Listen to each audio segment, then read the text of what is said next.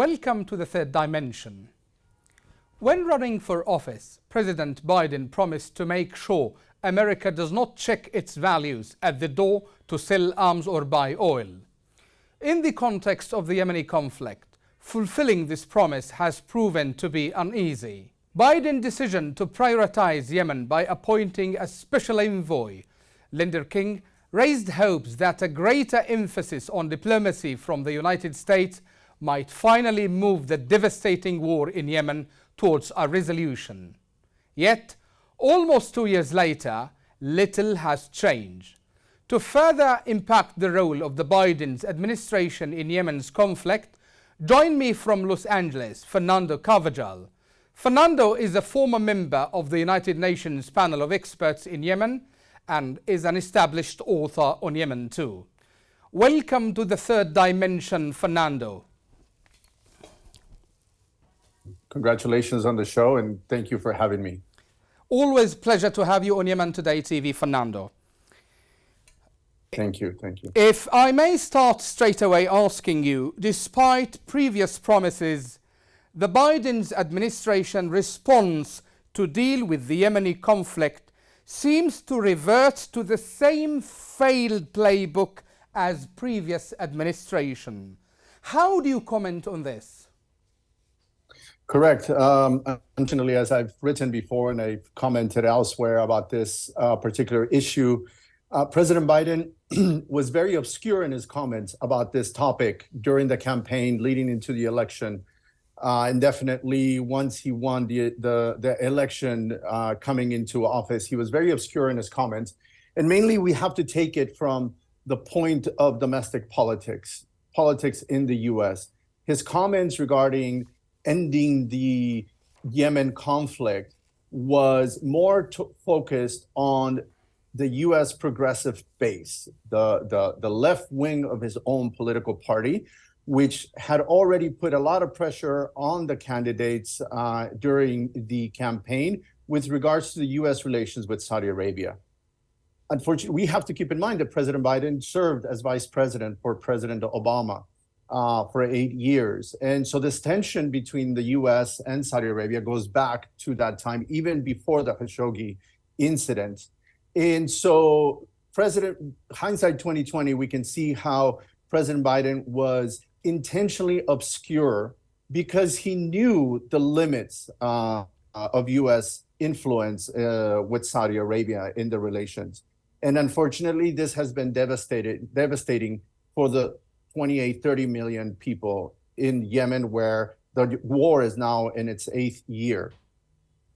So you mean that this kind of, I would say, rift between the US administration and Saudi Arabia has overshadowed the Yemeni crisis, yes? Absolutely. And one of the points that we have to make in these obscure comments since while he was candidate and once he took office is that President Biden promised to end the war in Yemen. The progressives pushed for Biden to end the war in Yemen. They were very obscure in their own comments and their own demands as well, but we can read between the lines. And what the progressives wanted was to end the Saudi coalition role in Yemen. And we know, as you know, Ustad Dorman, without the Saudi coalition, the Saudi Arabia-led coalition, the coalition to restore legitimacy, the entire territory could have been overrun by the Houthis. We know by now, since March 2015, we know how vital air support and the providing of weapons to the government of the legitimate government, the forces of the legitimate government have been in order to contain the Houthis, and in some aspects and in some periods, even to push a retreat by the Houthis. So the demands by the progressives, in my opinion, are very irresponsible in the way that they frame the narrative to push President Biden to force a role of the U.S. that it has not been able to fulfill, not just these past 8 years, but this century, over the past 22 years. So to ask President Biden to force Saudi Arabia to end the war, to end their role in the war, while the Houthis are launching ballistic missiles as far as Riyadh International Airport, as far as Jeddah, during international events like the F1 Formula One race, and targeting vital installations that affect us all, affect the price of oil, which is one of the main sources of tension between the US and Saudi Arabia. So progressives in the US really need to think what their demands to the president are. And even if Vice President was able to influence Saudi Arabia and actually achieve a withdrawal of the coalition and all airstrikes, which we haven't seen any Saudi or coalition airstrikes since April of 2022. You know, so something has been accomplished there. But in order for Biden to do that, it would mean that Saudi Arabia would have to sacrifice their own interests, their own defense interests, because these are not willing to sit down and sign a permanent peace agreement and halt all hostilities toward their neighbors, whether it's Saudi or the Emirates. Yes, yes. Okay. Now, Fernando, every now and then we hear announcements by the US Navy seizing what we call smuggled Iranian arms to the Houthis. Okay.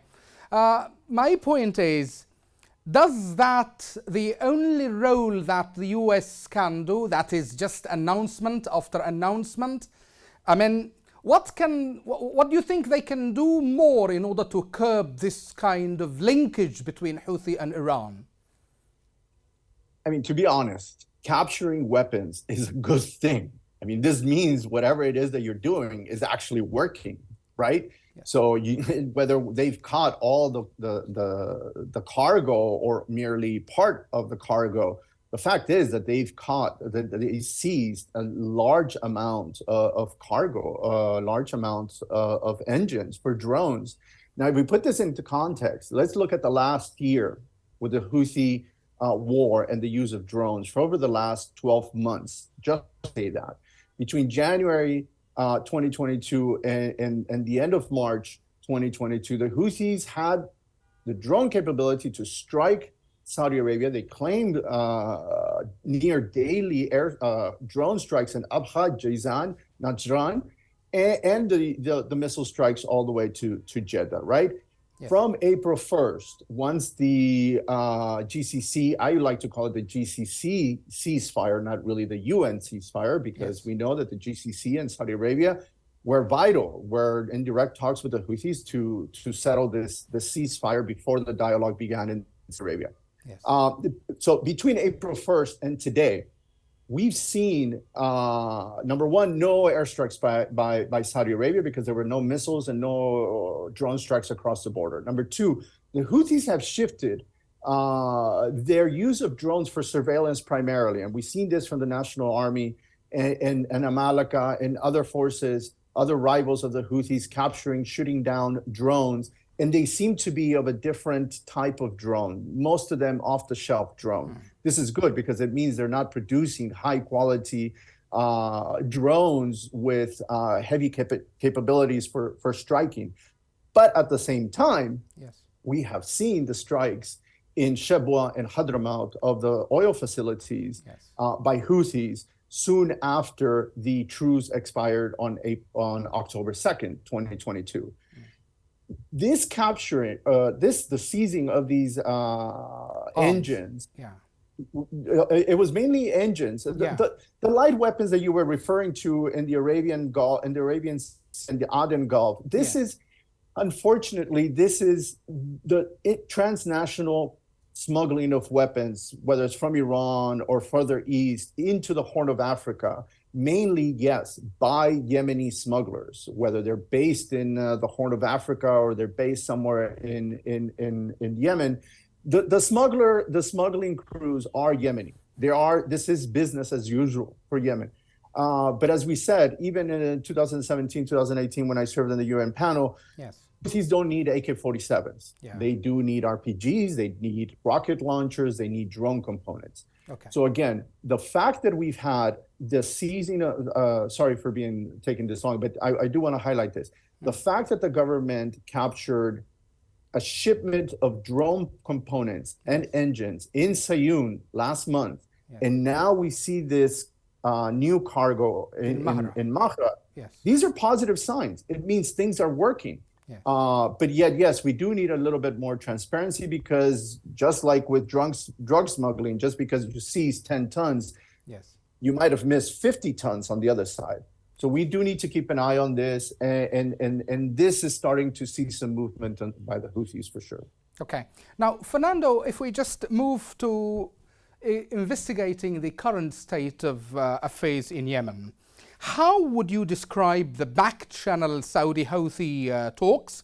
And before I get your answer, let me quote the UN Special Envoy commenting on it. He says, "We are witnessing a potential step change in the trajectory of this 8-year conflict," end of quote.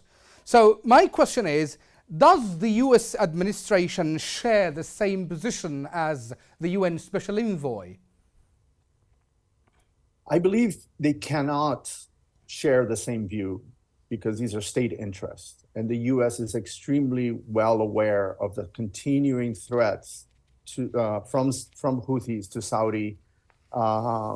Saudi security. And let me remind you that the Houthis have just announced that they've deployed radars and surface to vessel, surface to sea missiles on the coast. We don't know how many, we don't know which locations, but they do control the coast from Hodeidah to the border.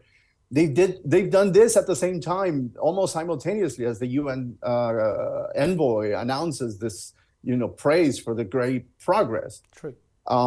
So the Houthis are themselves not really showing any progress on a peaceful resolution to the conflict. Number two, again, a peace between Houthis and Saudi Arabia does not mean peace in Yemen, because all of the Houthi rivals, whether it's the Political Leadership Council, whether it's Amalika, whether it's the SDC, whether it's Islah, they are not at the table, and they are not making a deal with the Houthis. This has been a point that I've made for a very long time, because Yemenis from across the political spectrum have told me since the beginning of the conflict, Yemenis cannot afford a bilateral agreement between the Houthis and Saudi Arabia before there is an agreement, a comprehensive peace agreement between the Houthis and the legitimate government, whatever that government may be in shape. And today it manifests in the Political Leadership Council. So again, any peace agreement between Saudi Arabia and the Houthis, for the interest of Saudi Arabia, this is for the interest of Saudi Arabia to secure its territory, to secure its people. It is in their interest to make this peace agreement. But any peace agreement between the Houthis and Saudi Arabia that is only bilateral will reinforce Houthi confidence as the rulers in Sana'a, as the legitimate authority in Sana'a. So instead of what has been established since 2014, since September 2014, when the Houthis entered Sana'a and took over the capital and forced a change in government, and then in 2015, forced the president to escape to Aden, and then the start of the war, Resolution 2216, it would turn that upside down on its head, because now, instead of the Houthis negotiating with the government, now the government, its rivals, Mu'tamar, Islah, SDC, whoever else are the rivals, are going to have to negotiate with the Houthis for a place at the table. And in this case, we're almost seeing exactly the same thing. We could see exactly the same thing that's going on in Afghanistan, with the irresponsible withdrawal and handing over the government to the Taliban after spending so many years building the state under the government there. It no longer had the Taliban negotiating for a place at the table with the government, but now is the reverse. Now all civil society, women, the international community have to go back and negotiate a place at the table with the Taliban. So we have to keep this in mind, that while Saudi Arabia may have the best intentions for its own interest, this could be devastating on the ground for Yemeni factions against the Houthis, because now that puts the Houthis at the head of the table, imposing their demands. And I just returned from Aden, from a visit, for a 1 week visit in Aden, where I met a lot of people, Yes. ordinary people, Perhaps, as well as perhaps your recent visit, I will come to that later, Fernando. In the same line, Fernando, if those bilateral talks will affirm Houthis as a legitimate identity there or a body in Sana'a, why then the US is supporting such talks? Well, because it has to support Saudi Arabia's interests, right? It has to support their security. It cannot be an endless buying of weapons and defense systems. The US understands what Saudi Arabia's priorities are: secure its territory. At the same time, this is why we can't merely blame the US for being so myopic and so supporting only one side. The Yemenis themselves have done a very poor job at advocating their own position in the European Union, in the UK, and in the US, in Washington. When we look across the political factions, they have done a very poor job at expressing their interest, their concerns to the Europeans and to the US. And this, at the end of the day, allows Saudi Arabia to be able to drive the direction of the talks with the Houthis. And the solution, we have to keep in mind, while Saudi Arabia and the Houthis make peace themselves and all attacks stop across the border, the battlefronts inside Yemen will escalate. This is not being alarmist. This is reality on the ground. The factions would not be satisfied with Houthi recognition and legitimacy in Sana'a. Fernando, if we now move to the United Nations role, and one day you were a UN member of the panel of experts, okay? How do you assess the role of the United Nations in terms of alleviating the suffering of Yemenis? And I believe you were in Yemen recently and you yourself saw the reality on the ground. Absolutely. I just returned to Los Angeles from a week-long trip to Aden. Unfortunately, we were just able to stay in Aden, but we were very happy to be able to move around Aden with unrestricted access. We have to be honest. The UN asked for $4.3 billion for the year 2022. They only received $1.3 billion. This is a huge gap, and we can't blame them for falling short of their mission. But at the same time, we have to keep in mind that the result of the poor result of the donors conference comes from a self-inflicting wound by the UN, meaning for years, for the last 5 years, 6 years, the UN has done a very poor job at managing their relations with the Houthis. The UN panel of experts, the Security Council panel of experts, had reported nearly every year how the Houthis capture humanitarian aid, how they redistribute humanitarian aid to their clients or to their militia and military forces, and how they end up profiting from point A to point Z from the humanitarian response. So the international community is very concerned that out of every dollar, 40 cents could go to the Houthis. And we see that the largest donors, who have traditionally been Saudi Arabia and the Emirates, did not pledge any money to toward this $4.3 billion, precisely because of this concern. They are, let's say it frankly, they are tired of dumping money into the coffers that ultimately end up funding the Houthis and funding the war against Saudi Arabia and against its Yemeni allies. We know that the UN that is centered in Sana'a has done a very poor job since the rise of SCAMSHA. Since SCAMSHA was established in Sana'a, which basically this institution within the Ministry of International Planning basically monopolizes all humanitarian operations. And this is how Houthis profit every month from humanitarian operations by the UN. Second mistake that has been done, in my opinion, and I've said it for years, is that Aden, which is the interim capital of the country under the legitimate government, receives very limited aid from the UN. Its enclave is small, the operations are small, the reach outside Aden is very short, they can't move. Let's remember that when they did try to move further into Abiyan, 5 of its personnel, 5 of its members, 5 of its staff members from Aden were kidnapped by Al-Qaeda in northern Abiyan. So they cannot move farther east from Aden. And I interacted with a few humanitarian workers there last week, and they'd say the same thing. You know, it's the shortage of money, it's the inability to move. And when I visited the IDP camp in Dar Saad in Aden, we can definitely see how the political conflict manifests in such a small place. This IDP camp hosts about 430 families, mostly from Hodeidah. Yes. And how the funding doesn't get to the people that need it. Each family gets about $100 a month.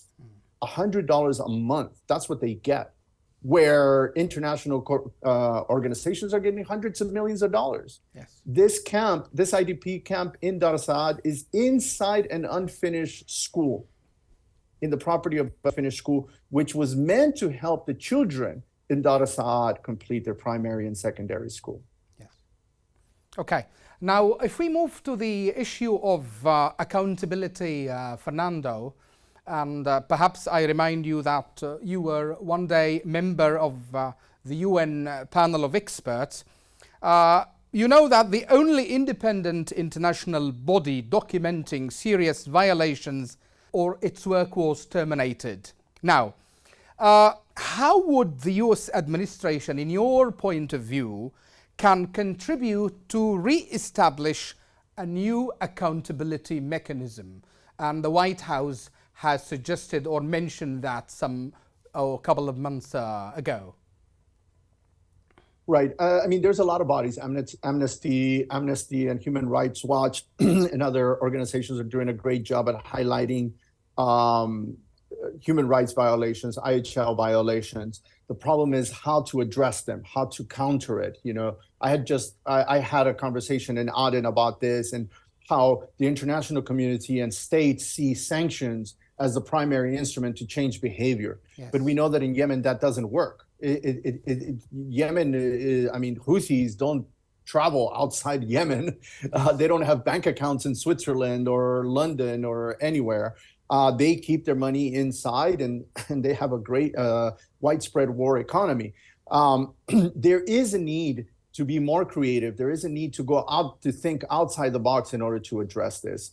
We need to, in my opinion, the US, European Union need to fund more projects that are tracking human rights violations. They need to be exposed. There needs to be the network that reinforces this system needs to be exposed. There needs to be funding provided to the court system in order to persecute these individuals.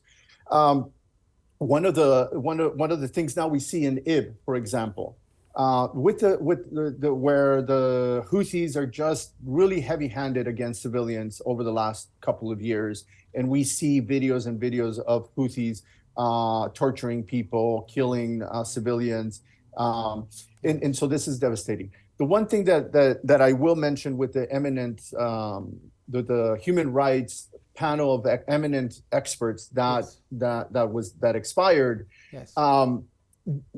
It didn't have, the problem with that panel is that they did not have access. They could not, they visited Sana'a once, I believe, and they were not allowed to travel to Yemen, mainly because the coalition believed that the mandate for this panel did not include investigating reported violations by the coalition, whether it was airstrikes or other instruments. Yeah. And so the panel of experts was hindered by, the access was hindered by Houthis, who obviously did not want to let them in to report on anything, visit jails or interview former detainees or investigate torture. And at the same time, the coalition didn't want to let them in to the liberated areas because they didn't want them investigated. So the way we move forward, I believe, is there needs to be more funding for local organizations that are doing their own investigations. Okay. Now, when you mention, Fernando, that this kind of panel adopting the what we call sanctions, this kind of mechanism cannot work with Yemenis. Now, how do we understand, the credibility of such a panel when they impose a kind of sanctions on, for instance, the former President Ali Abdullah Saleh, somebody who has died, or who died 5 years ago, or his son who is not totally involved in any or with any of the warring parties. How do we understand this, Fernando? In short, please. This is a mix of independent investigators and the UN system, the states that run the system. I mean, I was a member of the UN panel. We presented our case and our investigations, but at the end of the day, the member states are the ones that vote yes or no, according to their interest. With regards to the sanctions on Ali Abdullah Saleh, let's keep in mind that Muammar Gaddafi also had sanctions remaining after he was killed. It is very difficult to release the sanctions precisely because the same body that investigates to list someone in the sanctions does not investigate post-mortem to see if any of that money is still being used by others in the conflict. The position of Ahmed Ali, that is something that he needs to take up on himself. There is a process that he can engage in order to petition the sanctions committee for the sanctions to be lifted from him. But this is a process that he and his lawyers have to engage. They won't just come off automatically. When we get to the point of where the sanctions do not work, in the cases like in Yemen, Abdul Malik al-Houthi is sanctioned. Abdul Karim, his brother, is sanctioned. Abu Ali al-Hakam are sanctioned. These individuals don't travel, don't have bank accounts. Their behavior has not changed in 9 years whatsoever. They see this as a chevron on their sleeve. It is a sign of pride. That they're sanctioned by the UN and the US.